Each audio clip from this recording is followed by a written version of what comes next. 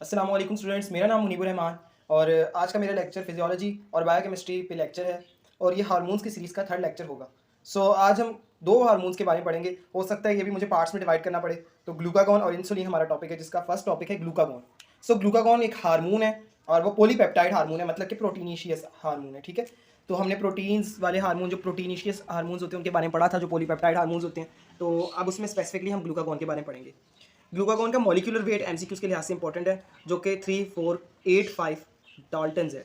याद रखिएगा, molecular weight biochemistry में डाल्टन्स इसका यूनिट होता है। ठीक है, हाफ लाइफ जो है, हाफ लाइफ आपको पता होगा, हार्मोन्स जब अपनी हाफ डिग्रेड हो जाते हैं तो उसको हाफ लाइफ कहते हैं। तो 3 to 6 मिनट इसकी हाफ लाइफ है। मतलब कि जब ये सेल्स एंडोप्लाज्मिक रेटिकुलम से जब ये पैकेट की फॉर्म में निकलकर बाहर चला जाएगा सेल से एक बार, तो उसको जब 3 से 6 मिनट हो जाएंगे तो वो आधा डिग्रेड हो जाएगा। तो इंट्रो की बात करते हैं, इसका क्या होगा। जिस तरह मैंने लिखा है ना पेपर में, एग्जामिनेशन सेंटर में आपने बिल्कुल ऐसे लिखना है। ठीक है, आपको मार्क्स मिल जाएंगे। Intro: a polypeptide hormone produced by the alpha cells in the islets of Langerhans. थोड़ा सा ओवरव्यू हम पैंक्रियाटिक सेल्स का ले लेते हैं, एनाटमी हिस्टोलॉजी देख लेते हैं उसकी। जो पैंक्रियास होता है ना, वो हमारा लीफ लाइक स्ट्रक्चर होता है। ये मैं यहाँ बना ड्रॉ कर देता हूँ ऐसे। ये यहाँ इसका अनसिनेट प्रोसेस होता है इस जगह पर। यहाँ पर ये इसकी बॉडी होती है, ये हेड होता है। ठीक है, और यहाँ पर इस तरह पैंक्रियाटिक डक्ट होती है और इसके साइड पे ना अकीनी होती है, म्यूकस अकीनी। म्यूकस अकीनी का काम होता है, असीनी भी कहते हैं इसको, कि जो पैंक्रियाटिक जूस की फॉर्मेशन होती है, जिसमें हमारे पास जो प्रोटीन की ब्रेक डाउन करने के लिए एंजाइम्स होते हैं। ठीक है, काइमोट्रिप्सिन, ट्रिप्सिन वगैरह, तो वो प्रोड्यूस जो होते हैं वो पैंक्रियाटिक अकीनी से होते हैं। ठीक है ना, दो तरह के सेल्स फिर एक ये अकीनी होगी, एक होते हैं आइलेट्स ऑफ लैंगरहैंस। ठीक है, आइलेट्स होते हैं जिस तरह जजीरे होते हैं ना, उन अकीनी के बीच बीच में आइलेट्स होते हैं। ठीक है, अब वो आइलेट्स जो होते हैं ना इस तरह करके, उसमें भी 2-4 तरह के वैसे आइलेट्स होते हैं, अल्फा, बीटा, गैमा, और एक और तरह का होता है। जो अल्फा और बीटा है ना वो ज़्यादा होते हैं, जो गैमा है ना वो कम मतलब कि पार्ट करता है। इस वजह से हम अल्फा बीटा को देखते हैं।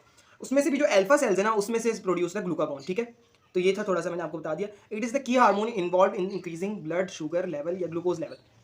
इस हार्मोन, हर हार्मोन का ना आपने काम याद रखना है जहन में। अगर कोर्टिसोल है, एल्डोस्टेरोन है, एडीएच है, ऑक्सीटोसिन है, प्रोजेस्टेरोन है, एस्ट्रोजन है, सिर्फ अगर उसका एक की पॉइंट, सिर्फ आपने उसका अगर याद रख लिया फंक्शन, तो बिलीव मी, सिर्फ फंक्शंस की वजह से आप जो है ना उस पूरे हार्मोन को एक्सप्लेन कर सकते हैं कि ये प्रोसेस को कम कर सकता है, प्रोसेस को ज़्यादा कर सकता है, ये एंजाइम को एक्टिवेट कर सकता है, सिर्फ फंक्शन की वजह से। तो बताने का मकसद ये कि फंक्शंस आपको एटलीस्ट फंक्शन जितने भी आपके जेबी में हार्मोन्स लिखे हुए हैं, तकरीबन कोई 25-30 हार्मोन्स और सिक्रीशंस होंगी। मैं उस फंक्शंस में न्यूरोट्रांसमीटर्स को भी इंक्लूड कर रहा हूँ कि वो सारे आपने फंक्शंस एक बार याद रख लेने, तो आपको लिखते वक्त बड़ी आसानी हो जाएगी। उसके हाइपर और हाइपो सिक्रीशंस के बारे में लिखने की भी बड़ी आसानी हो जाएगी। तो इंट्रो मैंने बता दिया। अब स्ट्रक्चर की बात करते हैं। हर हार्मोन का कोई ना कोई बायोकेमिस्ट्री स्ट्रक्चर होती है, बायोकेमिस्ट्री होती है। तो स्ट्रक्चर को देखते हैं, क्योंकि ग्लूकागॉन जो है वो एक प्रोटीन हार्मोन है, तो वो अमाइनो एसिड की चेन से बना होगा, लॉन्ग चेन से, और वो 29 अमाइनो एसिड्स की लॉन्ग चेन से बना होता है, जो कि सिंगल होती है। ठीक है, सिंगल पॉलीपेप्टाइड चेन, मतलब ऐसे। लेकिन याद रखिएगा, वो सिंगल पॉलीपेप्टाइड चेन में ब्रांचिंग भी होती है, चेन में ब्रांचिंग भी ऐसे करके होती है। तो ब्रांचिंग और लीनियर भी होती है, ब्रांचिंग भी होती है, लेकिन होती चेन है सिंगल, डबल, दो चेन नहीं होती। Glucagon is a polymer of glucose linked by. जो ग्लूकागॉन हार्मोन है वो खुद इट सेल्फ ग्लूकोज से मिलकर बनता है। बहुत ज़्यादा ग्लूकोज की यूनिट आपको पता है, 29 की चेन है तो 29 यूनिट्स ऑफ ग्लूकोज होंगे। एमसीक्यू ज़्यादा, glucagon is made up of 29 units of glucose. ठीक है, तो 29 यूनिट्स ऑफ ग्लूकोज से वो मिलकर बनता है।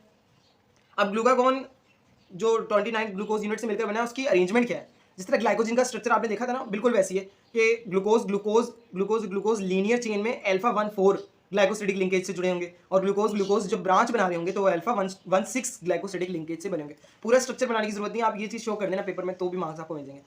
तो ग्लूकागॉन की सिंथेसिस देख लेते हैं, कहाँ सिंथेसिस होता है, कैसे होता है। Glucagon is synthesis from a pre pro hormone. Pro hormone के बारे में, प्रो तो आपने पढ़ा होगा, जो इनएक्टिव फॉर्म होती है उसको प्रो कहते हैं, ज़ाइमोजिन कहते हैं, सिंपल। और प्री, उससे भी जो पहली इनिशियल फॉर्म होती है उसको प्री प्रो फॉर्म कहते हैं। ठीक है, pre cursor card, pre glycogen in the alpha sales. होता क्या, जो हमारे एंडोप्लाज्मिक रेटिकुलम होता है ना, रफ, उधर क्या करते हैं, हमारे अमाइनो एसिड की यूनिट जाते हैं, वहाँ पर ट्रांसलेशन ट्रांसक्रिप्शन होती है, फिर निकल कर 29 अमाइनो एसिड की चेन बन जाती है। फिर वो क्या करती है, गोल्जी एपरेटस में पैकेजिंग की फॉर्म, पैकेजिंग में तब्दील होता है। वो जो पैकेजिंग हो रही होती है ना, वहाँ पर प्री प्रो हार्मोन बनता है। जब वो सेल से बाहर जाता है, तो सेल से बाहर एक्सोसाइटोसिस के दरमियान उसकी कुछ चेन कट हो जाती है, एंजाइम्स काट देते हैं, तो वो बन जाता है प्रो हार्मोन। और जब वो कहीं एक्ट होता है, किसी रिसेप्टर पे जाकर बैठता है, हार्मोन रिसेप्टर मीडिएट, मैंने आपको कॉम्प्लेक्स बताया था, तो वहाँ जाकर वो फिर एक हार्मोन में तब्दील होता है, वो विच इज़ एक्टिव ग्लूकागॉन। तो यहाँ मैंने एक स्कीम सी लिखी हुई है कि प्री प्रो ग्लूकागॉन कन्वर्ट होगा प्रो ग्लूकागॉन, और ये जो प्रो ग्लूकागॉन है ये एक्टिव फॉर्म ग्लूकागॉन में तब्दील हो जाएगा। मेटाबॉलिज्म देख लेते हैं। मेटाबॉलिज्म जो है about 30% of glucagon is degraded in the liver and 20% in kidney. जो ग्लूकागॉन है ना वो 30% हेपाटोसाइट्स में डिग्रेड होता है, ठीक है, और 20% किडनीज में हो जाता है। तो बाकी 50% जो है ना वो यूरिन के थ्रू एक्सक्रीट हो जाता है, ठीक है। सॉरी, जो बाकी जो 50% है ना वो डिग्रेड इन द ब्लड हो जाता है। ब्लड के अंदर वो हो जाता है डिग्रेड, एंजाइम उसको डिग्रेड कर देते हैं, क्योंकि वो एक प्रोटीन हार्मोन है। तो प्रोटीन वाले जो प्रोटीन को बेक करते हैं एंजाइम, वही इसको डिग्रेड करेंगे, जिसमें सीरीन प्रोटीएज आता है और सिस्टीन प्रोटीएज। अच्छा, जो क्लीव ग्लूकागॉन जो डिग्रेड हो जाते हैं तो वो फिर कहाँ जाते हैं, वो हमारे डिटॉक्सिफिकेशन के प्रोसेस के बाद सिक्रीट हो जाते हैं यूरिन से। और ये सब क्या कौन करता है, biliary system, hepatobiliary system. Mechanism of action देख लेते हैं कि ये काम किस तरह करता है। थोड़ा सा तो मैंने आपको बता दिया था पिछले लेक्चर्स में कि प्रोटीन हार्मोन क्लासिफिकेशन बताने का मकसद ही क्या था, जितने प्रोटीन हार्मोन होंगे ना वो इस मैकेनिज्म से के थ्रू काम करेंगे। हाँ, उसके अंदर जो रिसेप्टर कॉम्प्लेक्स है वो चेंज हो सकता है। सबसे पहले क्या करता है, ग्लूकागॉन का यूनिट बाइंड करेगा to high affinity receptors on the cell membrane of the hepatocyte. ये मैंने सेल मेम्ब्रेन को हाईलाइट किया क्योंकि जो प्रोटीन हार्मोन होते हैं वो सेल की मेम्ब्रेन को क्रॉस नहीं कर सकते। उनके लिए एक ऐसा रिसेप्टर होता है, ये 7 ट्रांसडक्शन रिसेप्टर, ठीक है। और फिर यहाँ पर एक सेकेंड रिसेप्टर होगा, इफेक्टर होगा, जिसको हम साइक्लिक एएमपी कहा है इस केस में, ठीक है, वो एडिनाइल साइक्लेज का है। यहाँ पर हार्मोन आता है, फिर यहाँ पर जी प्रोटीन होती है, वो एक्टिवेट होती है, एडिनाइल साइक्लेज से मिलती है। एडिनाइल साइक्लेज साइक्लिक एएमपी को एटीपी को साइक्लिक एएमपी में कन्वर्ट करता है। साइक्लिक एएमपी जो होता है वो हमारे एक्टिव प्रोडक्ट होते हैं जो फॉस्फोप्रोटीन बनाते हैं, और उसके बाद जो एक्शन होते हैं वो ग्लूकागॉन अपने परफॉर्म करता है। तो ये था mechanism of action of protein hormone. Results in the activation of G protein. G protein activity which causes adenyl cyclase to work with plasma membrane. Adenyl cyclase convert ATP to cyclic AMP और इसकी वजह से फिर वो सारे biochemical reactions होते हैं। आगे हम देख लेते हैं एक्शंस, कि ग्लूकागॉन क्या क्या एक्शन करवा सकता है। जो ग्लूकागॉन है वो एंटागोनिस्ट है किसका, इंसुलिन का। इंसुलिन का रिवर्स है, ठीक है ना। जो काम इंसुलिन करती है ब्लड ग्लूकोज लेवल को कम करने का, वो उसके उलट करेगा ग्लूकागॉन। अभी हम इंसुलिन भी अगले लेक्चर में पढ़ेंगे।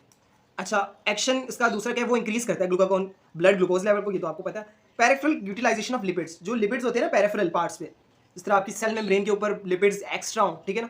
लिपिड्स की बात करूँ तो कोलेस्ट्रॉल, ठीक है, तो कोलेस्ट्रॉल का मेटाबॉलिज्म करेंगे वो जो हमारे हेपाटोसाइट्स हैं। हेपाटोसाइट्स जब ये इनमें कीटो बॉडीज वगैरह की फॉर्मेशन होगी तो उसके बाद फौरन क्या मिलेगा, एंड प्रोडक्ट हमें ग्लूकोज मिलेगा, जिसको हम क्या कहते हैं आम जुबान में ग्लूकोनियोजेनेसिस, ठीक है। तो ग्लूकोनियोजेनेसिस मैंने अगला पॉइंट लिखा हुआ है, conversion of protein to glucose, gluconeogenesis, ये दोनों gluconeogenesis. Effect of glucagon on different metabolism. Glucagon increases blood glucose level, किस तरह इंक्रीज करता है, बाय इंक्रीज ग्लूकोजिनोलाइसिस।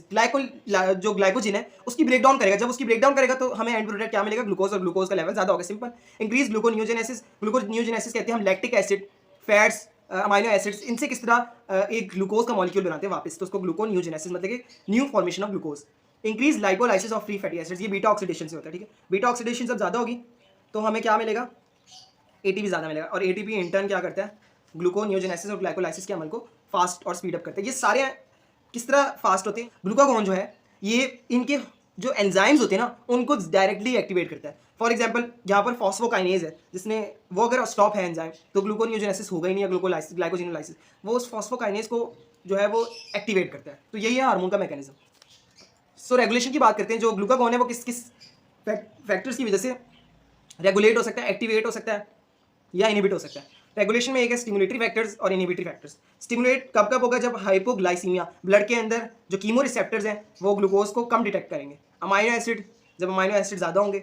एड्रेनालिन जब ज़्यादा सिक्रीट होता है ना तो ग्लूकोज की पेरिफेरल एब्जॉर्प्शन ज़्यादा हो जाती है, ठीक है, ग्लूकोज ज़्यादा एब्जॉर्ब होना स्टार्ट हो जाता है, जिसकी वजह से ब्लड में ग्लूकोज लेवल कम हो जाएगा, और वैसे जो है हमारा बिलरी सिस्टम या इंटेस्टाइन है वहाँ ग्लूकोज का लेवल ज़्यादा हो जाएगा। तो हमें तो ब्लड के अंदर बढ़ाना है ना, ब्लड के अंदर बढ़ाने से एटीपी ज़्यादा जनरेट होते हैं, तो फिर एड्रेनालिन भी एक स्टिमुलेटरी फैक्टर है, मतलब कि जब एड्रेनालिन सीक्रेट होगा ग्लूकोज कम होगा और सीधा सीधा हमें स्टिमुलेटरी फैक्टर मिल जाएगा। एक्सरसाइज जब हम करते हैं तो क्या होता है कि ग्लूकोज ज़्यादा कंज्यूम हो रहा होता है, मसल सेल्स में ग्लूकोज ज़्यादा यूज़ हो रहा होता है, तो उसकी वजह से ब्लड के अंदर उसकी डेफिशिएंसी होती है। इन सब का एक ही पर्पज़ है, जो ब्लड है उसके अंदर जो ग्लूकोज का लेवल है ना वो कम हो जाता है, ठीक है, और इसमें ब्लड के अंदर ग्लूकोज का लेवल ज़्यादा हो जाएगा। इनहिबिटरी फैक्टर्स और एक्साइटेटरी फैक्टर्स। हाइपरग्लाइसीमिया, इंसुलिन जब भी प्रोड्यूस होता है ना तो क्या करता है, ब्लड के अंदर जो है वो क्या करता है, कम कर देता है हमारा ग्लूकोज लेवल, ब्लड के अंदर कम कर देता है। इससे क्या होता है, जब ग्लूकोज का लेवल ब्लड के अंदर कम हो गया तो फॉर एग्जाम्पल इंसुलिन का तो एंटागोनिस्ट है ना, ये इसको क्या कहते हैं, ग्लूकागॉन, वो फौरन क्या करेगा, ग्लूकागॉन को सिक्रीट करेगा। लेकिन अगर इसका अपोजिट फैक्टर देखें, अगर इंसुलिन बन नहीं रही, या मैं लिख देता हूँ इंसुलिन बन नहीं रही, तो क्या करेगा, ग्लूकागॉन अपने आप को स्टॉप कर देगा प्रोड्यूस होने से, क्योंकि इंसुलिन तो बन ही नहीं रही जो ग्लूकागॉन के एंटागोनिस्ट चले, ठीक है। यहाँ मैं लिख देता हूँ इंसुलिन स्टॉप, ठीक है, तो ये भी इसका इनहिबिटरी फैक्टर है। अल्फा रिसेप्टर्स, जिस रिसेप्टर्स पे जाकर ग्लूकागॉन ने एक्ट करना है, जो अल्फा रिसेप्टर्स है alpha receptors are responsible for the activation of glucagon. अगर वो अल्फा रिसेप्टर्स ही उस सेल के ऊपर कम होंगे या डैमेज होंगे तो भी ग्लूकागॉन इनहिबिट हो जाएगा। कीटो बॉडीज भी इस पर बहुत ज़्यादा अफेक्ट करती हैं उसकी इनहिबिटरी फैक्टर्स पे। तो हम डिजीज़ की बात करते हैं कि ग्लूकागॉन की हाइपोसिक्रीशन से और हाइपर सिक्रीशन से क्या क्या हो सकता है फिजियोलॉजिकल पैथोफिजियोलॉजिकल इफेक्ट। हाइपर ग्लूकागोनीमिया क्या मतलब है? इंक्रीज सिक्रीशन, ठीक है, इंक्रीज या एक्सेस, इंक्रीज सिक्रीशन, ठीक है। तो इससे क्या क्या होगा वो हम देखते हैं। अच्छा, इंक्रीज सिक्रीशन होती क्यों है? जब एब्सेंस या डेफिशिएंसी ऑफ इंसुलिन हो, यहीं पे मैंने बात की थी। जब एब्सेंस होगी तो जो हमारे पास ग्लूकागोनीमिया है ना, उसकी जो सिक्रीशन होगी वो ज़्यादा हो जाती है। Tumour of alpha cells which secrete excess glucagon, या तो ट्यूमर हो जाएगा उन अल्फा सेल्स में, पैंक्रियाटिक आइलेट्स ऑफ लैंगरहैंस के अल्फा सेल्स में, जिससे क्या होगा, ग्लूकागॉन की सिक्रीशन अनकंट्रोल हो जाएगी। इन सबसे होता क्या? डर्मेटोसिस, स्किन के ऊपर रैशेस बन जाते हैं, ठीक है। डायबिटीज का मतलब होता है इंसुलिन सिक्रीट हो ही नहीं रही। डीप वेन थ्रोम्बोसिस, जो हमारे फुट होते हैं ना, पैर होते हैं, जो सबसे बड़ी बोन होती है, उसके जो वेन्स होती है ना, वहाँ पर थ्रोम्बोसिस हो जाता है, थ्रोम्बो बन जाते हैं, मतलब कि क्लॉट्स बन जाते हैं, और वो ग्लूकोज की सिक्रीशन जब ज़्यादा होती है तब उससे क्या होता है कि वो वेन बहुत ज़्यादा स्वेल हो जाती है। डिप्रेशन भी इसका एक कॉज है। डिप्रेशन क्यों होता है? जो शुगर के मरीज होते हैं उनमें ज़्यादातर डिप्रेशन होता है। तो इसकी जो याद करने का तरीका है ना, वो 4D, dermatosis, diabetes, deep vein thrombosis, depression. Lastly हम बात करेंगे कि हाइपोग्लूकागोनीमिया से क्या क्या होगा, मतलब कि डिक्रीज सिक्रीशन।